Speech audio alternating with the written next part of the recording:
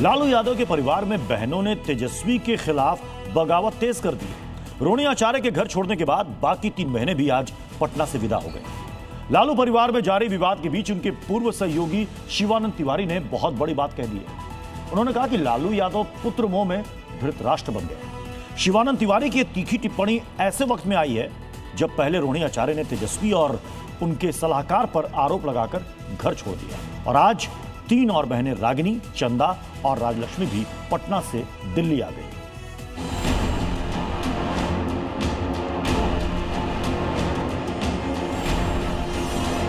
मेरा कोई परिवार नहीं है। अब ये जाकर के आप संजय, रमेश, तेजस्वी यादव से पूछिए। शब्द शब्द में दर्द है, आह है, अफसोस है, आक्रोश है।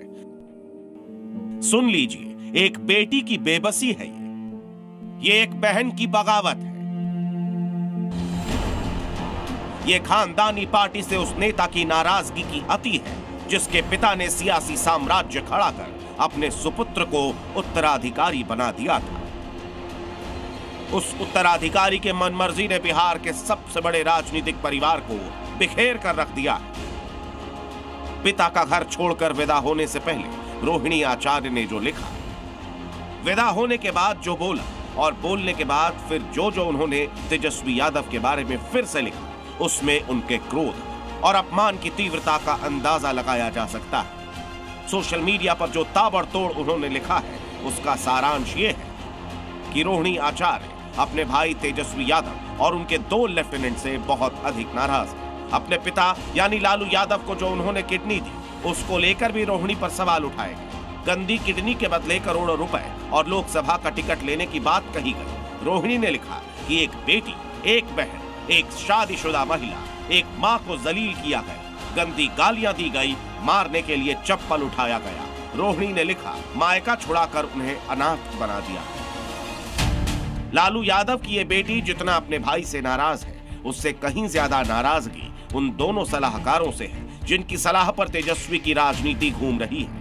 रोहिणी जब घर छोड़कर निकल रही थी तब उन्होंने उन दोनों का नाम लेकर अपने आक्रोश को आकार दिया था। नहीं, मेरा कोई परिवार नहीं है। अब ये जाकर के आप संजय, रमेश, तेजस्वी यादव से पूछिए। मेरा कोई परिवार नहीं है। वही लोग निकाला है हमको परिवार से, क्योंकि रिस्पॉन्सिबिलिटी लेना नहीं है उनको। पूरा दुनिया बोल रहा है जो चाणक्य बनेगा तो चाणक्य से आप सवाल पूछिएगा। जब कार्यकर्ता चाणक्य से सवाल कर रहा है, पूरा देश दुनिया सवाल कर रहा है कि पार्टी का ये ऐसा हाल क्यों हुआ। अब जब संजय, रमेश, इन लोग का नाम लीजिए तो आपको घर से निकाल दिया जाएगा, आपको बदनाम किया जाएगा, आपको गाली दिलवाया जाएगा, आपके ऊपर चप्पल उठा करके मारा जाएगा। क्रोधित रोहिणी ने 3 लोगों का नाम लिया था, तेजस्वी, संजय और रमेश। असल में यही वो ट्रायंगल है जिस पर लालटेन छाप पार्टी की समूची रणनीति टिकी हुई है। हम आपको संजय और रमेश के बारे में विस्तार से बताएंगे, मगर उससे पहले आप ये जान लीजिए कि रोहिणी के शब्द सुनकर बड़े भाई तेज प्रताप अपमानित, क्रोधित। वो तेजस्वी और उनके सलाहकारों से इतना खफा है कि पूछिए मत। तेज प्रताप ने अपनी पार्टी के अकाउंट से सोशल मीडिया पर लिखा है, मेरे साथ जो हुआ वो मैं सह गया, लेकिन बहन का अपमान असहनीय है। बहन पर चप्पल उठाने की खबर सुनकर दिल की आहत अब अग्नि बन चुकी है। इस अन्याय का परिणाम बहुत भयावह होगा। तेज प्रताप यादव को पार्टी और परिवार से निकाले जाने का आरोप भी उसी संजय यादव पर है जिन पर रोहिणी ने आरोप लगाया। इसी संजय को तेज प्रताप जयचंद भी कहते हैं कि संजय, तेजस्वी और पार्टी दोनों को अपने हिसाब से चला रहे हैं और इसी का नतीजा लालू यादव के परिवार में विद्रोह है। लेकिन पहली बार संजय के साथ रमेश का नाम सुना है लोगों ने। रमेश का पूरा नाम रमेश नेमत खान है। ये उत्तर प्रदेश के बलरामपुर के रहने वाले हैं। रमेश नेमत पर हत्या, चुनावी हिंसा, धमकी और गैंगस्टर एक्ट सरीखे संगीन मामलों में 1-2 नहीं 11 केस दर्ज है। रमेश का एक अतिरिक्त परिचय ये भी है कि यह समाजवादी पार्टी के पूर्व बाहुबली सांसद रिजवान जहीर के दामाद हैं। रमेश के नाम पर खरीदी गई 5.25 करोड़ की संपत्ति 2023 में कुर्क हुई थी।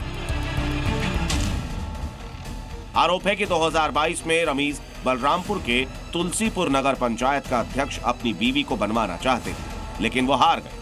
जिस फिरोज पप्पू की पत्नी की जीत हुई, उस पप्पू की रमेश ने हत्या कर दी। रमेश और उनकी पत्नी दोनों जेल जा चुके हैं, जमानत पर बाहर। उसके बाद से तेजस्वी यादव के साथ बिहार में उनकी रणनीति बना रहे हैं।